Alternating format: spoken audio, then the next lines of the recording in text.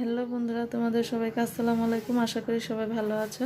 লাবিদ মম কিচেনে তোমাদের সবাইকে স্বাগতম। তো বন্ধুরা, দেখতে পাচ্ছ আমি এখানে একটি তরমুজ নিয়ে নিয়েছি। তরমুজটি কত বড়! তো আজকে আমি তরমুজ দিয়ে একটি রেসিপি তোমাদের সাথে শেয়ার করব, তোমাদের খুবই ভালো লাগবে। তো বন্ধুরা, প্রথমেই আমি তরমুজটা কেটে নেব। তো বন্ধুরা, দেখতে পাচ্ছ এই যে আমি তরমুজগুলো এভাবে কেটে নিয়েছি। এখন তরমুজ থেকে রসগুলো বের করে নেব।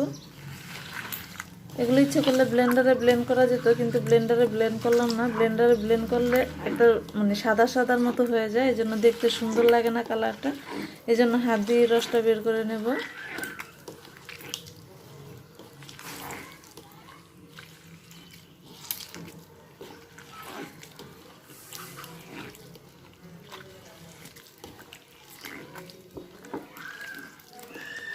তো বন্ধুরা, আমার রসটা বের করা হয়ে গেছে। এখন আমি এগুলো একটু ছেঁকে নেব ছাঁকনি দিয়ে। তো বন্ধুরা, এই যে দেখতে পাচ্ছ রসটা ছেঁকে নিয়েছি। এখন আমি চুলায় একটি কড়াই বসিয়ে দেব। তো বন্ধুরা, দেখতে পাচ্ছ চুলায় আমি একটি কড়াই বসিয়ে দিয়েছি। তো এখন আমি কড়াইয়ের ভিতরে রসগুলো দিয়ে দেব। তো বন্ধুরা, তোমাদের বলে নিই, সবচেয়ে সহজ এই রেসিপিটা তৈরি করা, আর খেতে খুবই ভালো লাগে ঠান্ডা ঠান্ডা।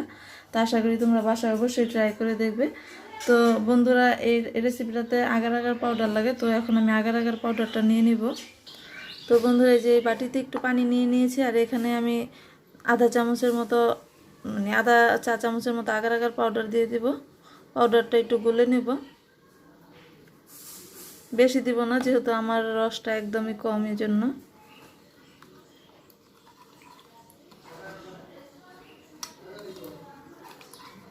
তো এইভাবে বন্ধুরা অবশ্যই পানিতে গুলে নিতে হবে। পানিতে গুলে না নিলে এটা নষ্ট হয়ে যাবে, দেওয়া যাবে না। তো তো বন্ধুরা, এই যে দেখতে পাচ্ছ আমার পানিটা গরম হয়ে গেছে, রসটা। এখন আমি এখানে আগার আগার পাউডারগুলো দিয়ে দিব।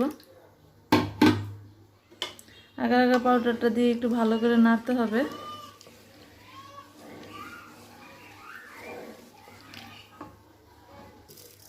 তো বন্ধুরা, এই যে আমি এখানে দিয়ে দিব চিনি।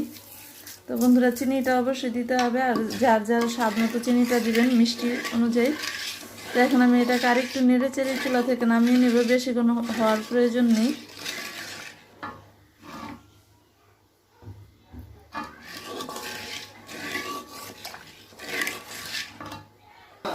তো বন্ধুরা, আমার এটা হয়ে গেছে ডেজার্টটা। এখন আমি নামিয়ে নেব চুলা থেকে। দেখতে পাচ্ছ ঠিক দেখতে এখন এমন পানির মতো, জুসের মতো মনে হচ্ছে, কিন্তু এটা নামালে ঠান্ডা হলে একটু শক্ত হয়ে যাবে। তো বন্ধুরা, এই যে চুলা থেকে নামিয়ে নিয়েছি। দেখতে পাচ্ছ এই যে বাটিতে এইভাবে ঢেলে দিয়েছি। এগুলো ঠান্ডা হলে তারপরে প্রায় 20 বা আধা ঘন্টার মতো ফ্রিজে রেখে দেবো। তারপরে এগুলো নামিয়ে তোমাদের দেখাবো কেমনটা হয়েছে। তো এখন অপেক্ষা করব ঠান্ডা হওয়া পর্যন্ত। তো বন্ধুরা, দেখতে পাচ্ছ আমার ডেজার্টটা একদম শক্ত হয়ে গেছে, ঠান্ডা হয়ে গেছে। এখন আমি এগুলো পরিবেশন করে নেব। তো বন্ধুরা, এগুলো একটা পাত্রে ঢেলে নেব। তো ঢেলে নেওয়ার আগে সাইড দিয়ে এভাবে একটু কেটে নেব।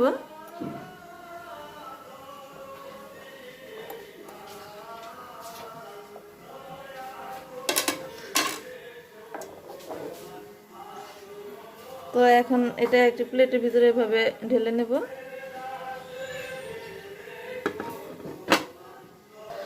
তো বন্ধুরা, এই যে দেখতে পাচ্ছ ঢেলে নিয়েছি, কতটা সুন্দর হয়েছে। তো আসলে এই ডেজার্টটা খেতে খুবই ভালো লাগে। আশা করি তোমরা একদিন বাসায় বানিয়ে ট্রাই করে দেখবে।